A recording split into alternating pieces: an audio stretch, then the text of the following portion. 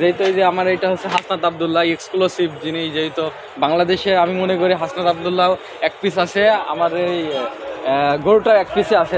কোরবানির পশুর হাট মানেই এখন বিচিত্র সব গরুর নাম। দেশের রাজনীতির মাঠের উত্তাপ এবার সরাসরি এসে লেগেছে গরুর হাটে। খামারিরা এখন গরুর নাম রাখছেন বর্তমান সময়ের আলোচিত ও সমালোচিত রাজনৈতিক চরিত্রগুলোর নামে। সম্প্রতি সোশ্যাল মিডিয়ায় চুয়াডাঙ্গার এক খামারি আল মামুন প্রিন্স খানের একটি ভিডিও বেশ ভাইরাল হয়েছে, যেখানে তিনি তার হাটে আনা গরুর নাম রেখেছেন হাসনাত আব্দুল্লাহ এবং নাসিরউদ্দিন পাটোয়ারির নামে। শুধু নামই রাখেননি, সেই সব চরিত্রের রাজনৈতিক স্বভাবের সাথে গরুর স্বভাবের মিলও খোঁজার চেষ্টা করেছেন। আমি 9 পিস মতো নিয়ে এসেছি গরু। খামারি আল মামুন প্রিন্স তার হাটে আনা 9টি গরুর মধ্যে একটি বিশেষ গরুর নাম রেখেছেন হাসনাত আব্দুল্লাহ। ভিডিওতে খামারিকে খুব চমৎকারভাবে গরুর লেজ ধরে বলতে দেখা যায়, এই গরুটা হচ্ছে এই হাটে এক্সক্লুসিভ জিনিস। কেন এক্সক্লুসিভ? ওনার ভাষায় যেমন বাংলাদেশে হাসনাত আব্দুল্লাহ এক পিস, ঠিক তেমনি ওনার এই গরুটাও হাটে এক পিস। আমার এটা হচ্ছে হাসনাত আব্দুল্লাহ এক্সক্লুসিভ জিনিস, যেহেতু বাংলাদেশে আমি মনে করি হাসনাত আব্দুল্লাহ এক পিস আছে, আমার এই গরুটা এক পিসে আছে। দেখেন এটা লুক দেখলে আপনি বুঝতে পারবেন যে ব্যাপারটা কিরকম, পুরো ডিফারেন্ট আর কি। তিনি আরও ব্যাখ্যা করেছেন যে এই গরুটার লুক, ওয়েট, চলাফেরা এবং স্বভাব একদম হাসনাতের মতো। খামারি যেভাবে হাসনাত আব্দুল্লাহর কথা বলার স্টাইল ও রাজনীতিকে গরুর স্বভাবের সাথে মেলালেন, তা সত্যিই বেশ রসাত্মক। আর এই হাসনাত আব্দুল্লাহ নামের গরুর দাম ধরেছেন 6 লাখ টাকা। তবে হাটে এখন পর্যন্ত হাসনাতের দাম 4 লাখ টাকা পর্যন্ত উঠেছে। এই গরুটা আমি 6 লাখ টাকা হলে আমি বিক্রি করে দেব, 400 পর্যন্ত বলতেছে আর কি। সবচেয়ে টুইস্ট বা মজার অংশ হচ্ছে ওনার দ্বিতীয় গরুটা, যার নাম রাখা হয়েছে নাসিরউদ্দিন পাটোয়ারি।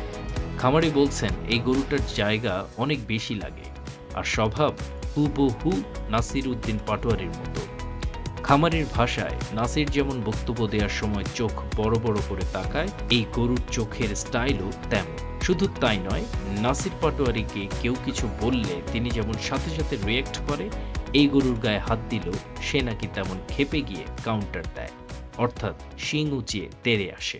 ওই ওখানে আছে আমাদের হচ্ছে নাসির পাটোয়ারি, ওর জায়গায় অনেক লাগে। আর নাসির পাটোয়ারির যেমন হচ্ছে কেউ যদি বলে তারে কাউন্টার করে, ঠিক দেখেন এইরকম অবস্থা।